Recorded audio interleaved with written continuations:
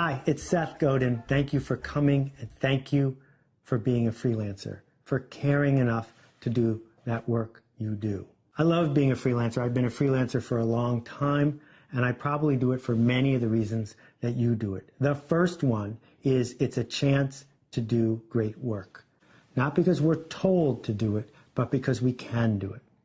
Number two, it gives us a chance to be free, to make our own choices.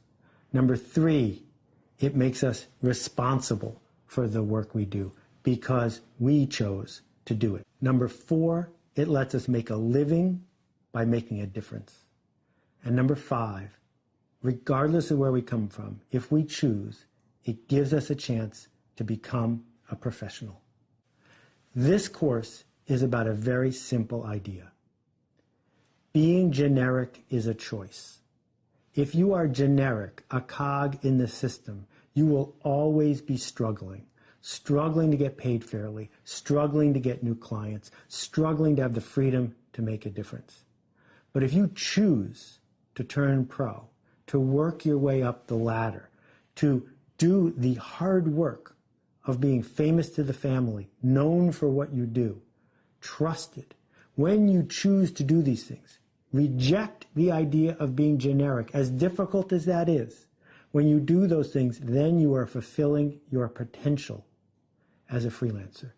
And in this course, I'm going to give you more than 300 examples of people who have found an edge, who have found a sense of meaning, who have found a way to do this work that matters to them. I'm not doing it because I want you to copy any of these people. You can't. It's too late to be them. They are them. I'm doing it because I want to batter and undermine that voice in your head, the one that's been told that you must fit in, the one that's been told that you should be ever more generic. And I want to push you to enroll with me in a process of thinking differently about what your craft is, and to do the incredibly scary, difficult, and worthwhile work of moving up the ladder, of going from the cog in the system to the unique, to the remarkable, to the person who gets to make a difference.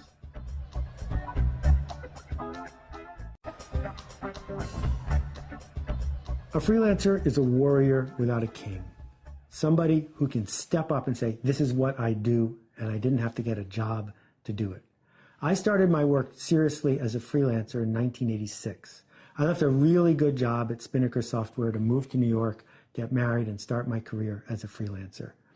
My grandmother was heartbroken because she knew what I used to do, sort of. I was a brand manager, but she had no idea what I was doing now. And I was a failure at it. And as a result, she didn't know what to tell all the other grandmas.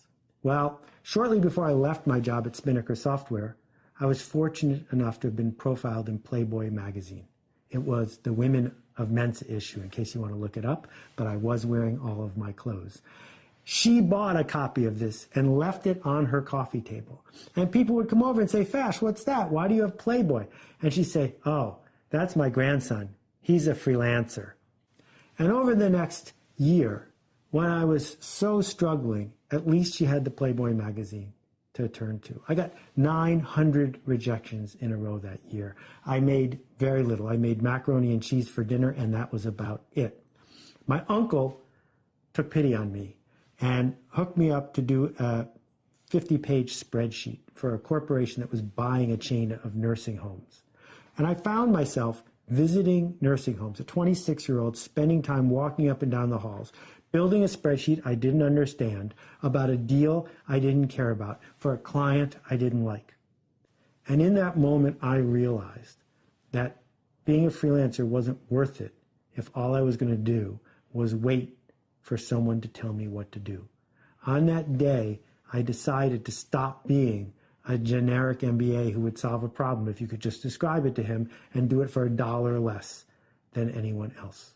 So I'm forever grateful to my uncle for saving the day and helping me with a little cash flow, and super glad that I was able to look in the mirror and say, there's a different path here. That's the path I want to teach you. This is not a course about a clever way to spam people and get new business. It's not a course about getting clients to pay you a little more for what you're already doing. It's a course about seeing a path from here to there and working your way up the ladder.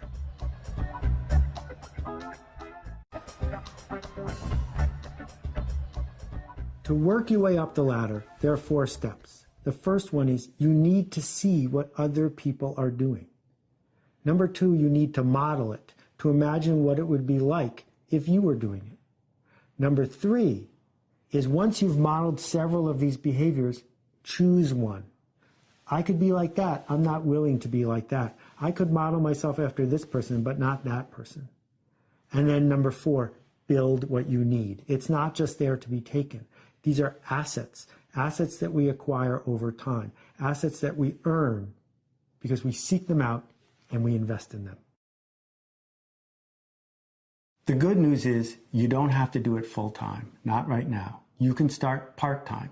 The internet has changed everything. It's changed everything because an individual can now reach anyone she chooses. An individual can build a footprint online, can start small, can start in the evening, can start on the weekend, and over time, drip by drip, build the asset. The leap you need to take is not the leap of quitting your job. The leap you need to take is choosing to be the professional who invests in building an asset that's worth owning.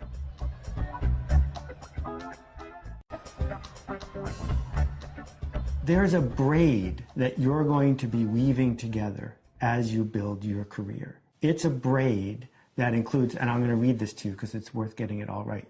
What do you want to do? Who do you want to change? How much risk are you willing to take as you build this asset? How much work are you prepared to do? Does the work matter? And finally, not to be overlooked, is it even possible? It's one thing to dream of these changes that you want to make in your clients or in the market or in the way you do your work. But it's foolish to pursue one that's not possible. You're just setting yourself up for frustration. The good news is that it is possible to find a path that's been trodden before, somewhere else or in a different industry. But once you choose it, you can get there.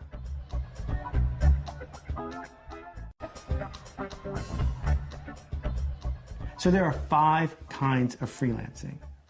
And judging from the feedback I've gotten from my readers, many people are stuck at level 1.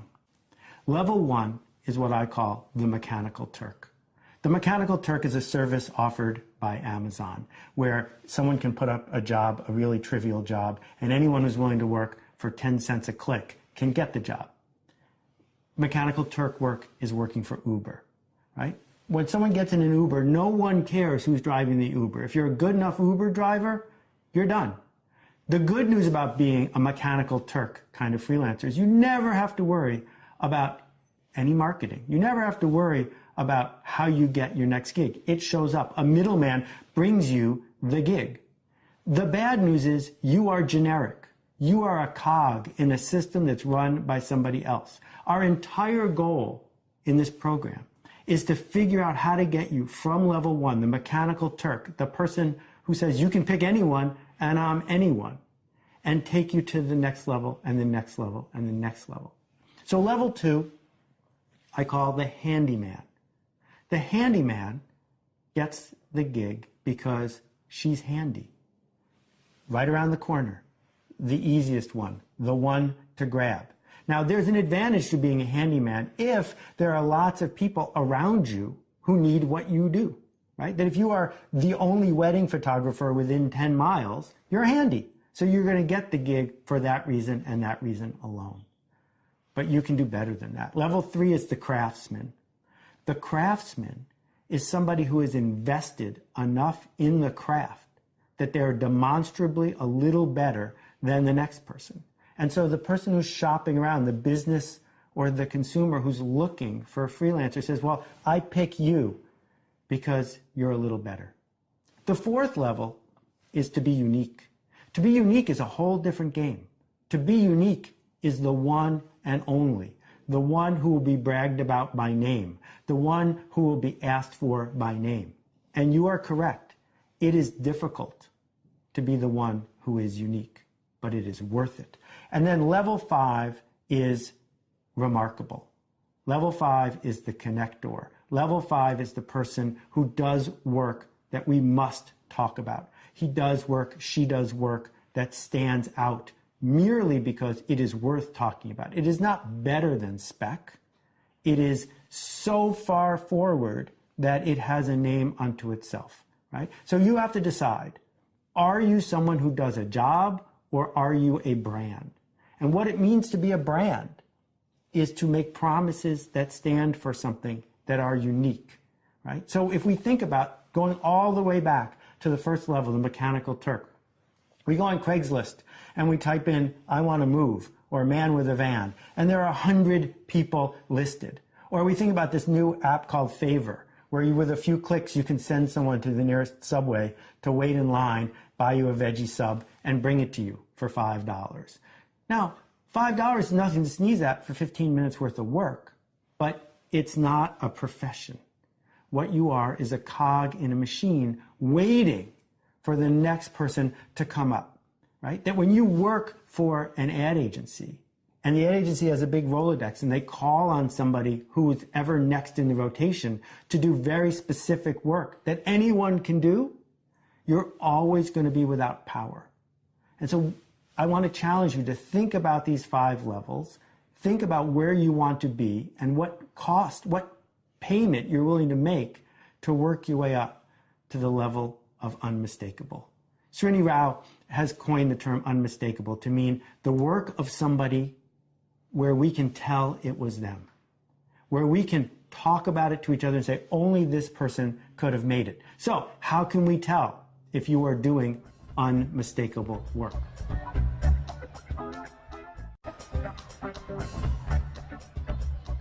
Here's another list for you.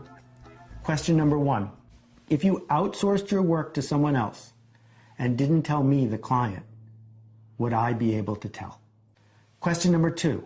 If someone else saw the work, would they be able to know that you made it? Does it have your fingerprints all over it? Is it unmistakably yours? And question number 3, and this is the juicy one. Is there something about my interaction with you, my interaction as the client with you, that's bigger than the work itself? That if you're a wedding photographer, is it the prints that someone's buying?